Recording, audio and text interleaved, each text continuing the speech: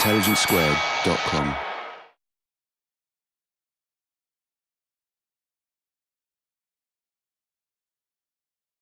Simon gave us a fascinating and informative talk. And the reason I didn't ask any questions was that the only thing he omitted to do was to argue that London's policy on climate change should begin in Beijing. In fact, he gave us a very persuasive account of why London's policy on climate change should not begin in Beijing. He showed us that an awful lot is happening over there and very little is happening over here. He showed us too that it would be completely inappropriate for us to try to govern or manage or even heavily influence policy in Beijing, not that we could if we wanted to. He showed us that we are the laggards and they are the people who are making the running. So what's the obvious conclusion from that? The obvious conclusion, as I'm sure Simon is painfully aware, is that London's policy on climate change should begin in London. Now, as I get longer in the tooth, I notice something about the human psyche, that a forceful influence within it is projection. That those faults that we are most prone to see in others are often the faults that we're least inclined to see in ourselves. And one of those, it strikes me with particular force, is the issue of responsibility. Because many of the people who tell us with most volubly that we should take responsibility for ourselves are those who seem least inclined to take responsibility for themselves. So, for instance, they're the people who deregulated the banks and then blamed everybody else when the chickens came home to roost. They're the people who say that the poor should carry the costs of those decisions, while their own economic class escapes without any responsibility for it at all. And there are people like George Osborne, not to mention any names, who at the Conservative Party conference gave the impression that because China's emissions are rising so much, there's absolutely no point in doing anything about our own, thereby absolving responsibility for our emissions. Now, it is true that at 2% of global emissions, it's not a huge amount of the total global pool. But of course, in terms of actual responsibility, per capita responsibility, that's far more than our fair share. China's emissions currently run from fossil fuels alone, this is, at 5.3 tons per person per year, ours at 8.5. So for us to turn to China and say, you people should be clearing up your act, while we are doing so little that our emissions are actually rising, well, it's a bit like the Daily Mail's policy on nudity. On the left-hand side of its website, the left-hand column, it fulminates bitterly against the smut on TV, and the right-hand side of the column is entirely composed of young women bursting out of their bikinis. And that kind of is where we are when it comes to Britain lecturing China about where things should be going. And of course, it's true that China's emissions are rising fast. And as Simon says, they're rising fast partly because our emissions are falling. We have found it very convenient for all sorts of reasons to outsource our manufacturing. And in so doing, we've outsourced our manufacturing emissions. And this way, it's just wonderful. We get to have our cake and eat it. We can say, look, we're sticking within our Kyoto targets because our emissions have fallen 29% since 1990. So aren't we fantastic? Look at Canada, there's a risen 26%. They're the bad guys, we're the good guys. But as soon as you take those outsourced emissions into account, the emissions which, as Simon says, we are ultimately responsible for by consuming the goods that are being produced in countries like China, then that more than cancels out. It's 32% of what was there in 1990. It more than cancels out the 29% that we have saved. And so we find ourselves in this position of an absolute abnegation of responsibility by being able, because of this artifact of the international accounting system for emissions, to wash our hands of this problem because somebody else is doing it for us.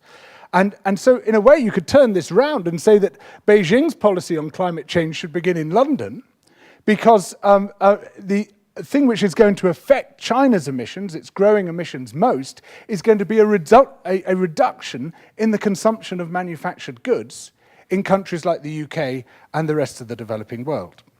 But let's say let's put aside everything we know about the current state of the world and say we were in a position to try to persuade China to cut its emissions, talking to the motion here, and say that London's policy on climate change should begin in Beijing. We should be telling the Chinese what they should be doing because it's easier and quicker to make big cuts there and because their emissions are rising so fast. How would we go about it? Gunboat diplomacy was quite effective during the Opium Wars, getting China to do what we wanted, but diplomatic sources tell me it is likely to be less efficacious today. And I would have some concern about the extra carbon emissions caused by the onset of a Third World War. We could try outsourcing our cuts just as we have outsourced our emissions. In other words, through the time-honoured process of the sale of absolutions, otherwise known as offsetting, where we pay another country to cut our emissions on our behalf because we don't want to do it because it's too expensive at home. And sure, the economic case looks fairly straightforward. You can make bigger cuts in China for a certain amount of money than you could make in Britain for the same amount of money. Straightforward. Well, that's fine if the only cuts you're trying to make are 5 or 10% of your total emissions. Then it's quite easy to offset. But as soon as you start climbing into the teens and then the tens of percent of your emissions, you run into a few barriers. Not least is a barrier of mathematics. I worked out, for instance, that if the developed world tried to cut 50% of its emissions through offsetting, it would require a cut of 125% in the developing world in order to do the offsetting. Now, you might have noticed a slight problem with that as a strategy. In fact, if we were to go the whole hog and say, our policies should begin in Beijing or begin in Mumbai or begin in any other part of the developing world, and we were going to try to make the entire 80 or 90% cut, which we would need to do to stay within 2 degrees, we would need to offset our emissions not just to the developing world of planet Earth, but also to the developing worlds of Mars and Jupiter. That's the only way in which we could make sense of that policy. So what do we have left? The only thing we have left, if we were to assume that we have any influence over Beijing whatsoever, would be persuasion. And there are 2 kinds of persuasion. There's hypocritical persuasion, of the kind that this government's quite good at practicing, that responsibility thing again, which is to say, do as we say, but not as we do. And there is persuasive persuasion, to say, we are doing it, you can do it too. Of course, it's kind of working the other way around, as Simon has established. But what has completely scuppered the climate talks, both at Copenhagen and at Cancun, has been this perfect circle of finger-pointing where everybody is trying to unload the responsibility onto everybody else by saying, you're the ones who's got to make the cuts, we're not going to do it. And this carbon nationalism, which has completely jiggered any attempts to have a replacement for Kyoto, let alone an agreement which brings in all the nations of the world. And it's not until somebody breaks that perfect circle of finger-pointing by saying, okay, we accept the pressing need for overall cuts, not just carbon intensity cuts, which is what ultimately we're seeing in China, overall cuts in our greenhouse gas emissions, and we are going to demonstrate our acceptance of that by making major real cuts of our own, not offshored cuts of our own, real cuts of our own. That's the only thing which is going to break that logjam at the international climate talks and encourage other countries to do the same. And so what we're talking about here is leadership and responsibility, 2 things which are manifestly lacking when it comes to climate change policy in the UK or indeed in most of the developing world. And what that requires, ladies and gentlemen, is that London's policy on climate change begins and ends in London. Thank you very much.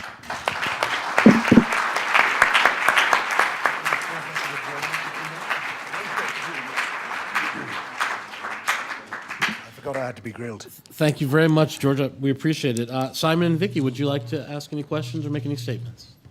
Are we allowed to pass as well? Oh, sure you are. Thank you. I'll pass. One of those Malcolm questions. Malcolm question wasn't actually a question, as you established. Of course. I wouldn't mind a Malcolm question at all. So A comment and a sort of comment, sort of a question. I think the comment is perhaps kind of passing the title or the motion. It seems to me quite clear that our climate impacts will be principally determined in countries like China, not by our policies here. And the examples I've given are intended to establish that. What that means is not that we should go persuading China to do something different from what it's doing. Actually, my own view, despite Malcolm's comments, is that China is making remarkable moves, with risks, I agree, but that we need to understand that the way in which to leverage the green growth strategy which is emerging with power from China is not for us to have a climate policy here, but to have an economic policy here that makes sense. And I think my question to you, and it may be simply an area, George, that we agree on, is it not more important that this country works out how it's going to develop its next generation of industries, how it's going to reform the financial markets, how it's going to prevent itself being party to US protectionism, and how it's going to invest in public infrastructure for the next generation of economy to come, none of which are climate policy, but all of which are economic policy. Because if we don't do that, then frankly, we will resist the advantage that China brings to us because of a fear for our livelihoods. So I think the question is, surely what you and I and we should be arguing is not that climate policy should be made here, but that economic policy should be made here. Well, I Thank you, wouldn't. Simon. Actually, If that's- I mean, that's taken the 2 minutes. It was a great question, but it's taken the 2 minutes. So actually, can I just very I'll ask you to come back to it, actually, in the course of our discussion, because that is the crux.